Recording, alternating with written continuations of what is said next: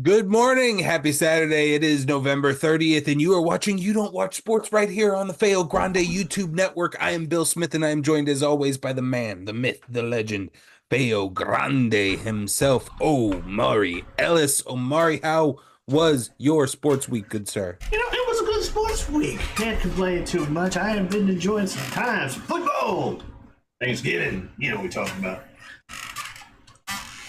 Absolutely. We got a little bit of MLB baseball movement in free agency with former Cy Young winner Blake Snell signing with the Los Angeles Dodgers for 5 years. The Los Angeles Dodgers continue, as Amari's expression shows, Los Angeles Dodgers continue to strengthen an already World Series championship team. So we'll keep our eyes on that. But that is not a topic today, as we are covering three topics here on You Don't Watch Sports, just to sprinkle a little bit of information into your casual conversation as we're guiding light through the sea that is sports talk. Omari, topic number one, NFL. It is the top dog in the yard. Let's hit it. Give me your news and notes for week. What are we in now? 14? We are in week 13, I want to 13. say.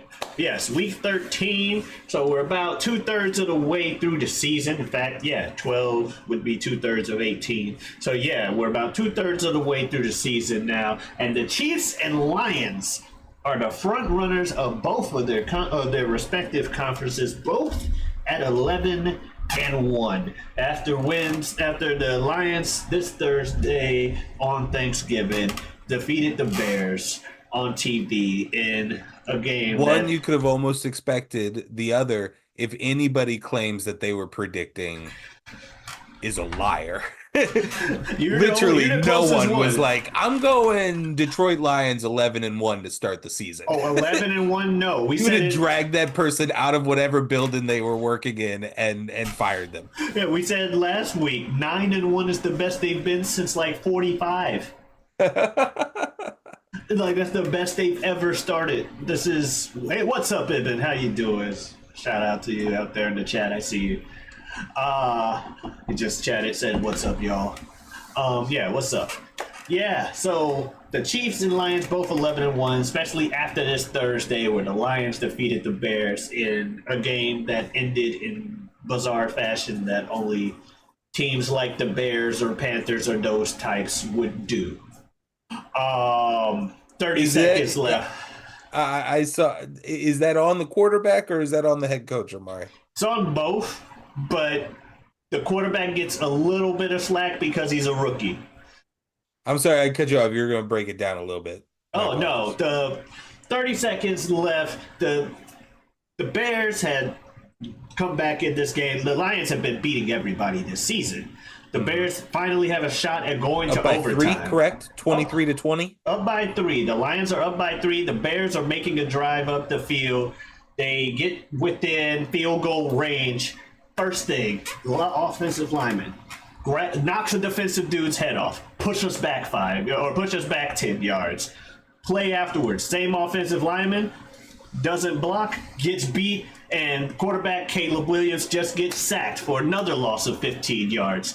Now we're down to 30 seconds. This man who just got this rookie who just got double sacked, and the most sacked quarterback went into this game as the most sacked quarterback this season, is like, we need to get to the line. Nobody's coming to the line. Bears have one timeout. 30 seconds becomes 20 seconds. Barely getting to the line, still not quite there. 20 seconds becomes 10. The Bears still have a timeout. Nobody's moving. Nobody clocked the ball. We finally hike the ball at 4 seconds for Caleb to throw an incomplete pass. The game ends. The Bears still have one more timeout. The Lions win. The Bears, speaking of the first time or best or worst that they've done in a long time, Bears owners looked at the fact that the Bears are the first team since 1955 to have a positive point differential through 12 games and only have 4 or less wins. They have scored 241 points this season while their opposition has scored 240. And they've only won 4 times. So the Bears decided, oh, that's the first time that this has happened since '55. Well, let's do something that we haven't done in 100 years. For the first time in the Bears' history, they have done an in-season firing of their head coach. Matt Eberflus is out. Now we have you are peripheral to closeness to the Bears. You have some people in your life that are very close to the Bears. Friends of this channel close to the Bears. How are they feeling right now with this going on? With the coach firing, are they like, finally this guy needed to walk? Yes, I've been hearing about Matt Eberflus needing to be out of there before the season started, at least from the Bears fan that I know. Yes, that the Bears offense is horrible. No real fault to Caleb himself. He is starting to do good. Like, he's had some good games lately. That team just finds ways to lose, and that offensive line is terrible. But the Lions, they are still going strong, 11-1, just like the Chiefs on the other side are 11-1 as well. That said, moving on in the NFL, we also have a wacky game in Dallas last week where Dallas went up against the Commanders. Thursday, whatever, who cares? But that game Sunday with Dallas and the Commanders, it was not a good game. It was just a wacky game that a lot of stuff don't happen. For instance, special teams in that game had a blocked field goal, a blocked punt, 3 missed field goals. This is between the two teams. A blocked field goal, blocked punt, 3 missed field goals, 2 missed extra points, a 99-yard kickoff return, and an onside kickoff return for a touchdown to end the game. That's an insane set of stats for special teams. I mean, those special teams coaches having a hard week. Yeah, I do agree. If the Chiefs team is weird, go Chiefs, go though. Fair enough. The Chiefs, however ugly the win may be, a win's a win. End of the day, they played their mistake-free, hard-nosed, disciplined football, and they beat everybody. Mm-hmm. Just outplay the opponents. They'll screw up eventually. They'll get that penalty. Ha-ha. There's your lack of discipline. But yeah, the Chiefs, good team there. And lastly, Saquon Barkley, MVP, one of the MVP frontrunners. Do you think he has a chance in this now to win this now pretty much exclusively quarterback award? I mean, it's insane. 255 yards in a rushing game. Yeah, it's insane that in order to even be in the MVP discussion, a non-quarterback talent has to have a all-time year for the modern standards kind of set. Like, I'm thinking like a Adrian Peterson in his prime, kind of thing of just an ungodly stat line like 255 yards. I mean, I've always loved the discussion of most valuable player, and interested. I don't know if I always find myself this way, if I'm always just voting on the stat line.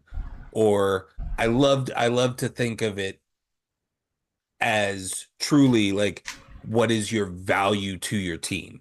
Yes. Like, how are you improving your team?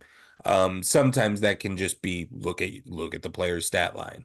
But when you see things like when Saquon joins the Eagles and it feels like team before and dramatic team after. Like McCaffrey to the Niners last season, just like, oh my God. Yeah.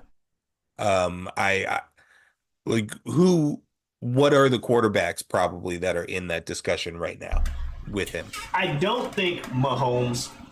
He may be because he's undefeated, or he only lost 1 game, but he hasn't been playing like Mahomes this year. Yeah. Lamar Jackson exists. Right. I don't know about Josh Allen. That's the main name I've heard is Lamar, but I don't know.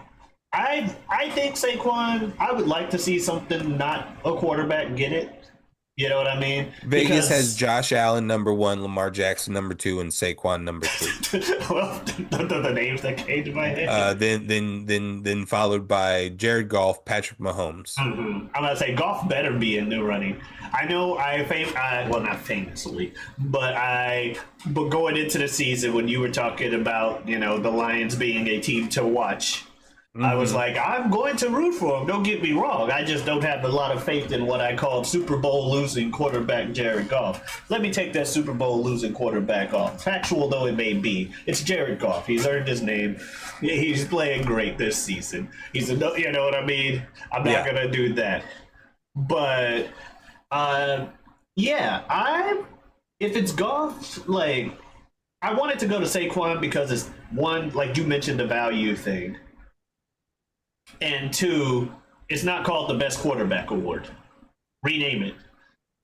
But I mean, when you talk about value, like there's only so many guys that handle almost every single offensive play for your team. Yeah, but your team can still make it to the Super Bowl, and that guy be trash. You ever hear of Chicago Bears? Welcome back into the conversation. You ever hear of a man named Rex Grossman? I was totally about to go Bears with it. I feel like that's the most recent example. I think that's And then you got like most what? recent. Like you got like Trent Dilfer. Dilfer is legendary for that. Yeah. All right, let's move on to topic number 2, Omari, because the NBA Emirates Cup has been heating up since we talked about it last, maybe 2 weeks ago. We have some folks already clinching. We have some teams already eliminated from this thing. Atlanta has clinched in the East Group C. Houston has clinched in West Group A, and Golden State has clinched in West Group C. That's a lot of complication without being able to see it in front of you. But what you got, things to know beyond that, you got your Rockets, you got your Golden State, you got the Orlando Magic, you got the Bucks, you got the Knicks are undefeated as well. Knicks and Pistons look like they're 3-0 as well. Yep. Yeah. And then you got let's see, you got Boston still there in the mix. Oh yeah. As Atlanta. well. So we have several clinched in. We're still looking for our wild cards, and then we also have some key losses considering like Cleveland, who I think one of your front runners, because they were 15-0 at the time. You had to go with what you saw.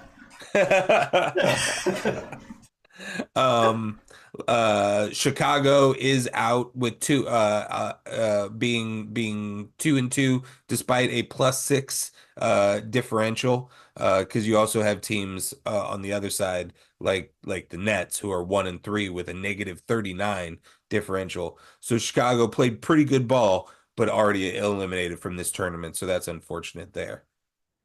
Any other notables you're seeing from the bracket so far? What are your takeaways? Who are you still pushing for your odds? One of your picks is out in the Cavs, and it's kind of funny that it's the Cavs, considering one of my picks is on the verge of being out, and that's Mr. LeBron James at 2-2 with the Lakers.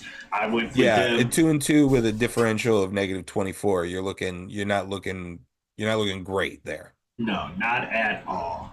And what the hell? How do they have a different? That's crazy. Are you looking at West B? 2-2, -24, but their points, they got almost 100 points more than everybody. Yeah, else. I mean, I don't understand the point system on the Emirates Cup. I don't really understand how it's. That's one thing that I'm not too. The Wolves also 2-2 on. at 418. The 1-3 Pelicans had the most points in there. What the? Is this golf? Do you not want points? I'm not sure what's 518. The Bulls 518. Maybe the Eliminated. Lakers have so many points because they're one of the few teams that have already played their 4 games. Maybe. Yeah, it looks like if you have a fourth game, you should be in the 400s. Oh, okay. And it's whether you're in the high 400s or the low 400s. Thank you for bringing logic back to this because I was so confused. All right. Yeah, so you're still you had Golden State. basically Golden State and the Lakers. Yeah. Lakers look like they're on death's door, but anything can happen, I suppose. And then not mathematically eliminated yet. And then Golden State has already clinched to progress in the round. Yeah, Golden State's a good choice there. Let's move on to topic number 3, Omar. Let's jump into it because tonight is WWE Survivor Series, and we like to talk a little bit of wrestling here on this show, give our predictions and whatnot. We actually have many a wrestler on the line in our wrestling fantasy draft that we talk about occasionally on Mondays. So this is a key show for that. Let's get into a big one for you, Omari. The World Heavyweight Championship for the men is getting defended by Gunther versus Damian Priest. They have been recently the dominant force that is Gunther has been decaying almost all of this back half of 2024. First, he loses to Sami Zayn. Then he gets the King of the Ring and he builds himself back up and he's getting himself back up and he gets his title shot and he wins his title shot. But through interference from Finn Balor, I believe Damian Priest even got a visual pinfall on Gunther when a ref was distracted or something. So you had that going on, and then you had a program with Sami Zayn where Gunther was waffling back and forth because Sami Zayn was the last guy that beat him. Yeah. But he beat Sami Zayn clean, good victory, starts to build it back up. Boom, loses to Cody Rhodes at Crown Jewel. So now you got Gunther completely questioning his Gunther-ness. And Damian Priest straight up calls him out on it. We got a waffling, unsure Gunther and a bold, confident Damian Priest who has been standing tall a lot in their scenarios. What do you think's happening here? I feel like clearly after Mania, Priest proved something to the guys up top about him as a champion. Yes. And so I feel like while they may have initially just meant for him to be, Gunther food, they realize, oh, wait, we can have more than one thing. And in a time where they need multiple dudes that are credible threats, I think those cracks in Gunther's armor. Uh-oh. Sorry. See an error. Sorry, I got an error thing on my screen. Oh. Okay. Temporary drop in frames, but I think we're good now. Internet hiccup. Okay. Sorry. The streaming on YouTube is not the usual thing, so new alert popped up on screen. Live TV, everybody, while we talk about live TV. So, those cracks in Gunther's armor get exploited and become a full-on hole, puncture wound as Damian Priest gets that win, and now they go back and forth, and we got ourselves a rivalry between these two forces of nature. Yeah. That can carry us at the very least to the Rumble, where one of them finally falls, and the other guy has his Mania thing, goes on Mania track. Yep. I do not think that this is Damian Priest's time to win here. But I think WWE is getting many a complaint on this booking of Gunther because some people just want to see Gunther be dominant Gunther. And I totally get that. But yeah, this is exactly what I was asking you for a year ago. Just because you've done dominant, like at any point, just like you talk about with championships, at any point when they want to, they can switch immediately right back to dominant, I smash everyone Gunther. Um, but yeah, adding this wrinkle just makes a larger, more well-rounded character Yeah. to play with for the rest of Gunther's career. So I love this little wrinkle, but I think this will be one of those matches that either keeps this Gunther going all the way to him dropping the belt, potentially the first Netflix on Raw, or the first Raw on Netflix to Oh, so a, that's what you're thinking. I don't know, CM Punk. Um, Mm, uh, there's rumors out there. I can see that. I don't No, know that makes if that's sense the case there actually. to weaken Gunther to continue to weaken Gunther. Maybe he wins by once again Finn interference, Finterference Interference. as it's called.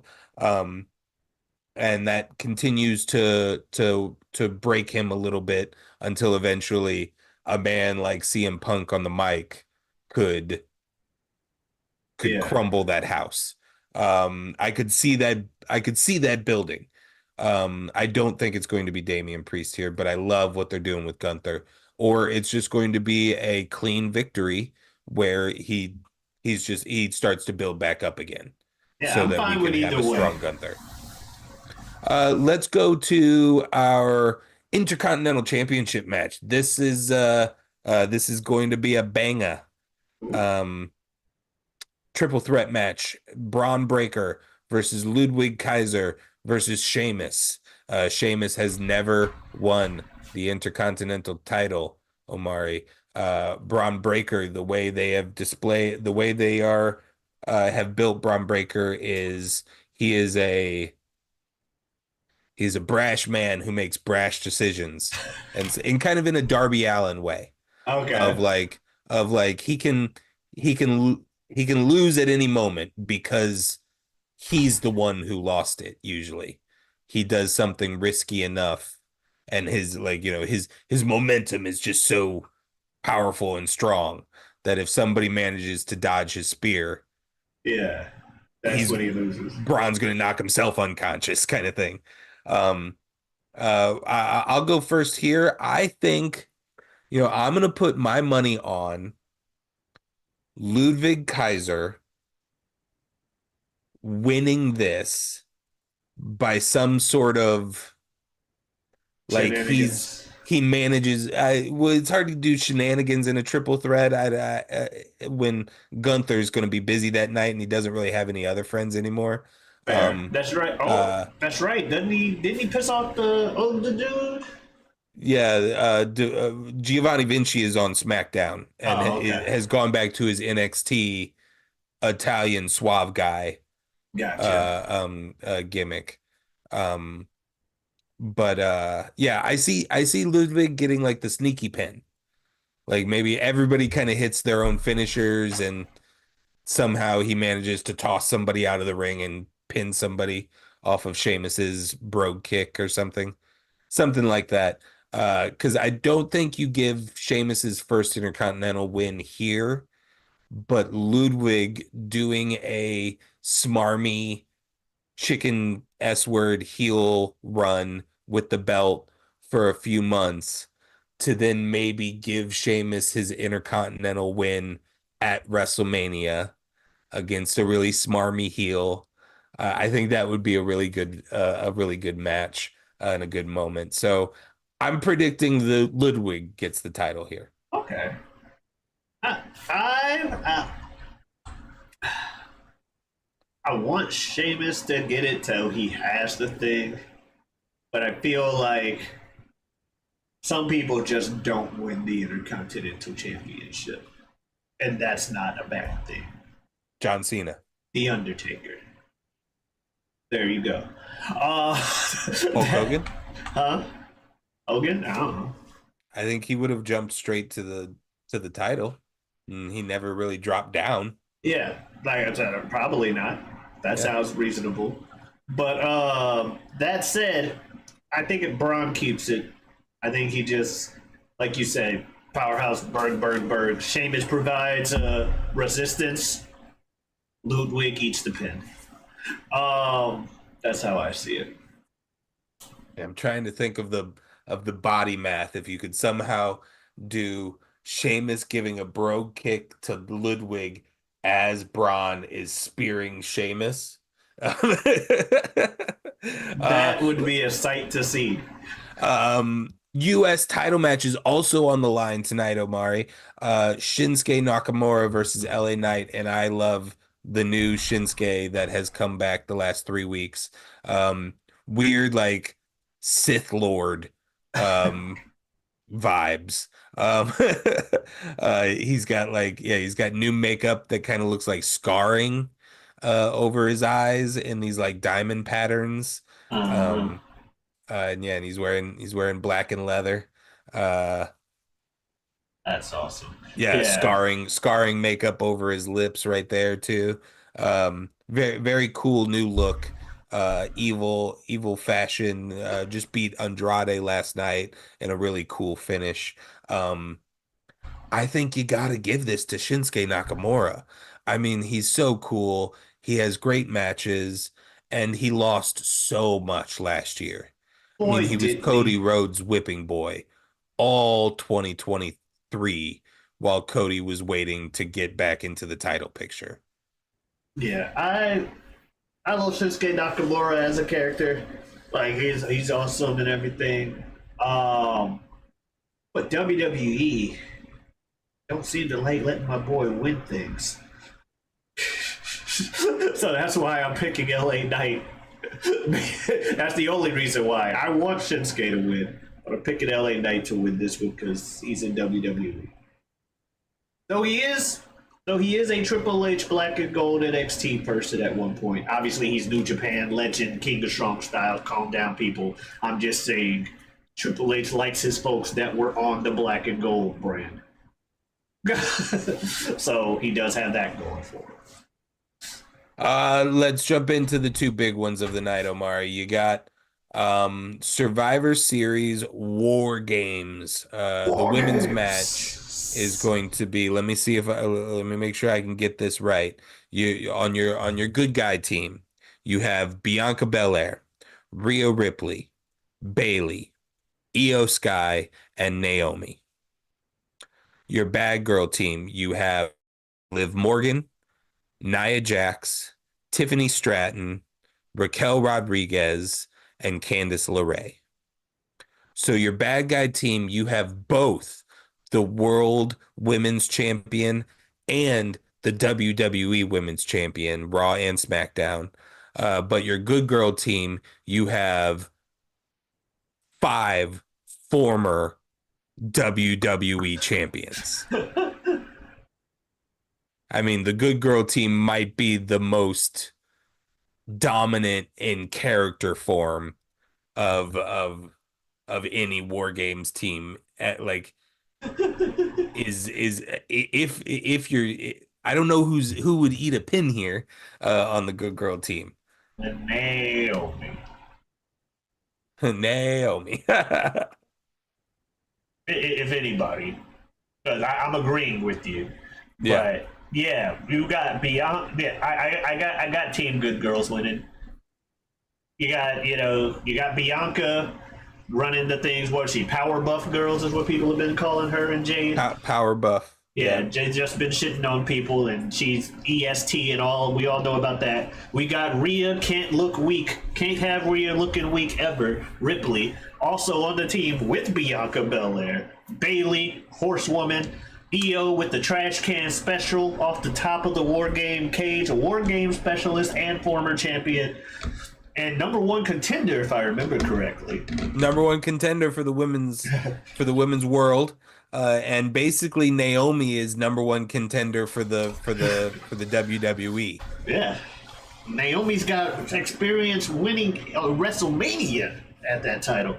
So you got a lot of scary women's over there. You got some scary women on the other side.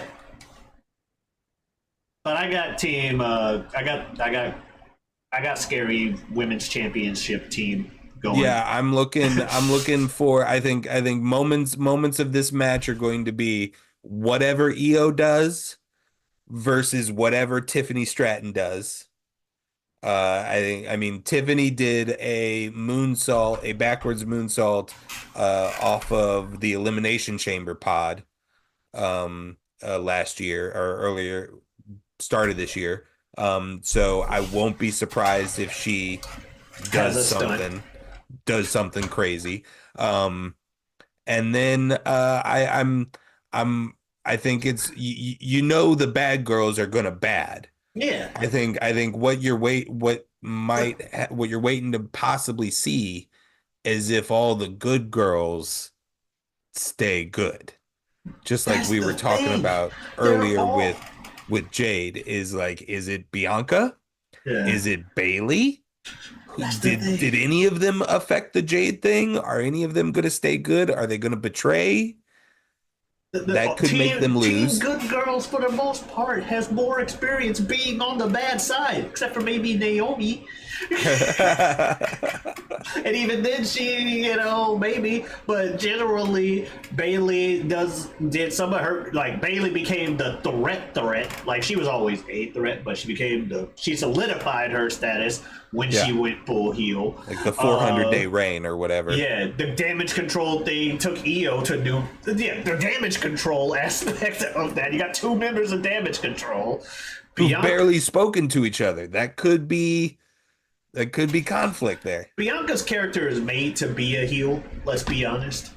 The only reason she's really became a face is because she ran out of faces. She ran out of heel. You know what I mean? She ran out of Yeah. faces to beat up. Started beating up the heels. Yay! She's a face on some Randy shit. But she's still telling you she's a shit. Ain't nobody on my level. And It then is Rita. constantly hilarious every time that her and Jade walk out for tag teams and still do separate music and separate entrances, and they usually do Bianca second, and they are walking out for a tag team match, to which she goes, I "I'm never on my needed. own." I'm on my own. I never needed you at all. Yeah. Every match they have, blaring through the stadiums. I never needed you at all. I'm on my own. Anytime she gets the win, anytime she gets the pin for the win, they just start playing. I never needed you at all. She is made to heel, but she's so tremendously popular with little girls that I don't know. It's like a John Cena. I think it's even more of a John Cena effect than John Cody. Cena or than Cody. Oh. Than Cody's going to be fighting with on potentially going heel. Like I feel like Bianca's fan base, maybe we'll see. Let's talk about men's war game match. We have the original Bloodline: Roman Reigns, Jey Uso, Jimmy Uso, and Sami Zayn, plus CM Punk versus New Bloodline: Solo Sikoa, Jacob Fatu, Tama Tonga, Tonga Loa, plus Bronson Reed. You know what I'm happy about? Yeah. That we went the CM Punk route instead of the Seth Rollins route. Because Seth and Roman, character wise, do not like each other. I could not see realistically Seth going out there and being like, "Yeah, I'll team up with you. I hate those new guys too. One more time, screw it, yeah." Now, Yeah, I've will had he a show I've up had a in- 3 month feud with Bronson Reed. I'll throw away our entire career's history and building of relationship because I want to fight this guy Now, will he that I maybe could fight any other Monday very easily. Now, will he maybe show up and curb stomp Bronson in the match? Yes, possibly. But is he Or going to Punk. actively or Punk? He don't like. Oh, he definitely Or don't like- Roman. Actually, yeah. No, his ass is definitely staying backstage. He don't like. No, actually, or no, he does all three. He just shows up. They think he showed up to help. Your IWC gets mad because they're throwing away years of storyline. And then he turns around, stomps the other two, and then fucking leaves. And everyone's just losing their shit. Yeah, this is another one where things can go wacky because again, the good guy team is not on the same page. The bad guy team is going to bad, and bad guys always team well together because they can always just be like, hey, we're all bad, right? Okay, cool. We're just going to be bad together for a week, and then we can start fighting with each other again if we want to. Okay, cool. And it's that easy. And yeah, OG Bloodline is rock solid. They love Solo. They acknowledge Solo. Um, and then Bronson Reed just wants to be famous. He wants to be in the big matches. He wants to be in the big spots. And guess where he is? In the motherfucking Bloodline story in War Games. My boy, you're here. You Yeah. made it. So this is huge for them, and everybody on the good guy side doesn't trust anybody except for maybe Jay and Sammy. Yeah, they may trust each I other, think but maybe Jay trusts CM Punk because he doesn't really have the a reason characters of not Jay and to. CM Punk on Raw seem to be cool. You're good, I'm good. Yeah, we can be cool. But yeah, Jay has lingering trust issues with Jimmy, and he absolutely has trust issues with Roman. And really, maybe Jimmy is 100% on Roman. He doesn't have he's still I good. mean, even when he Um, did betray Roman, he showed up a week later and betrayed Jay instead. yeah. And then we had our video package last night between CM Punk and Roman, where they made it very, very clear that neither of them like each other and they're building to a singles match at some point. And the only reason why CM Punk is doing this is because Paul Heyman is going to have to owe him a favor when it's done. Um, so yeah, this could go anywhere. I am going to put my money on New Bloodline pins Jimmy, Jacob Fatu, or Solo Sikoa. No, yeah, Jacob Fatu doing the work Solo gives the gets the pin pin. to Solo Sikoa over Jimmy. You say And Jimmy. Because I'm because kind Roman of already with gave you. them a pin. Roman just gave them a pin at the last Oh, I don't pay-per-view. think they're doing it to Roman. The Roman doesn't get pinned often. Yeah. We mentioned it with the Baron Corbin thing. Like, Yeah. He just gave Solo a pin like a month ago. He ain't doing it again right now. yeah. I would say in that case, I agree with you. Not OG. New Bloodline wins, but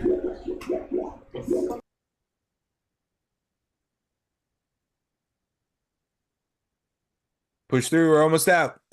okay. Sorry, sounds in the background. Anyway, yeah, Roman and stuff. I say they pin Sammy, but I do agree with what you said, even down to the Fatu does the work solo thing, because they're still they're like you said, they're the great value bloodline. You know what a great value it is, but they're the great value bloodline, and they're just here. Yeah. They gotta win and keep doing things. And they're gonna do all the fun stuff that I'm excited about, that I'm looking forward to. Like I can't wait to see what Jacob Fatu does inside of a War Games ring.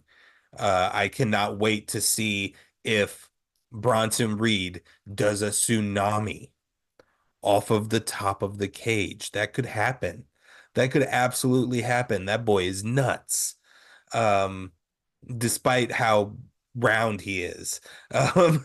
He will do some shit like that. Hey, I we've hope seen the ring is Rikishi do things reinforced. like that.